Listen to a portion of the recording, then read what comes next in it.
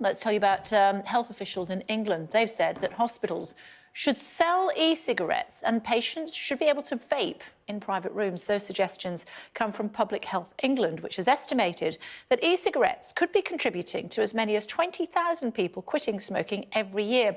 The body also wants to see GPs allowed to prescribe the devices to their patients who are trying to kick the habit. Joined now from Lincoln by Kishan Rees, who is an A&E doctor. Hello to you, Kishan. Thank you for joining us on Sky News this afternoon. Should we be able to use these vaping devices in hospitals? I think it's early days in terms of looking at the evidence that's come out.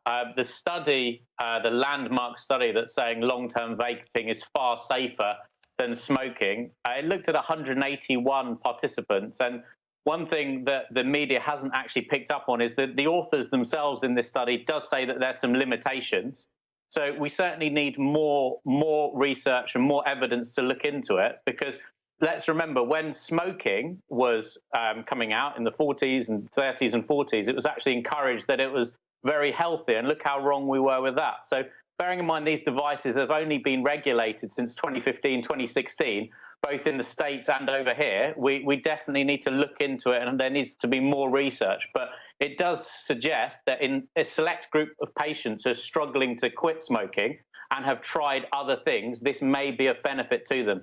Have to look at other issues, as you were saying, though, not least what's described as popcorn lung. I'd never heard of that before today.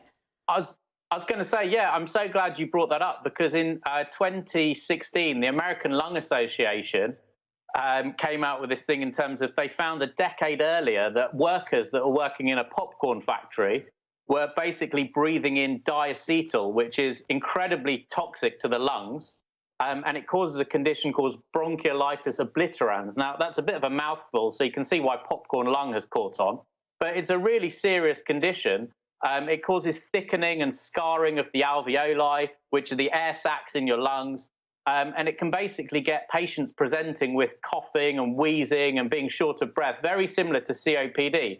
So while these e-cigarettes may help patients trying to quit smoking, and reduces the risk of cancer, which is obviously associated with cigarettes, we need to be very careful that it's not causing other lung conditions which equally cause suffering and problems for patients. So I would be reluctant to let people start kind of vaping in areas, because we honestly don't know. There is some evidence to suggest out there that some of the chemicals in these e-cigarettes are dangerous and, as you said, cause popcorn lung. And how do you feel about the marketing of e-cigarettes when they've sort of got like bubble gum taste and mint tastes and goodness knows what else? It's very clever marketing, and it is getting people to consider using them.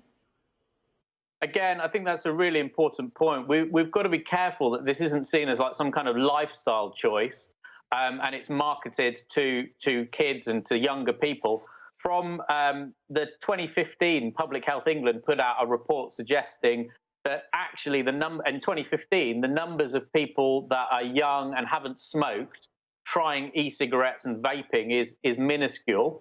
But we've got to bear in mind that there's a powerful tobacco lobby, and people are smoking less, and some of the tobacco manufacturers are making e-cigarettes and vapes. So, you know, there may be a vested interest in there in terms of monetizing and promoting this. So yeah, absolutely, we need to be really careful.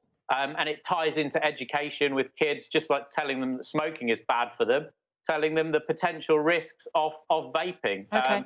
And while it might be useful, as we said, for helping people to get off cigarettes, it's probably not in the best interests of swathes of the population to rush out and start vaping. I certainly wouldn't recommend that at all. OK, Doctor, good to talk to you. Thank you.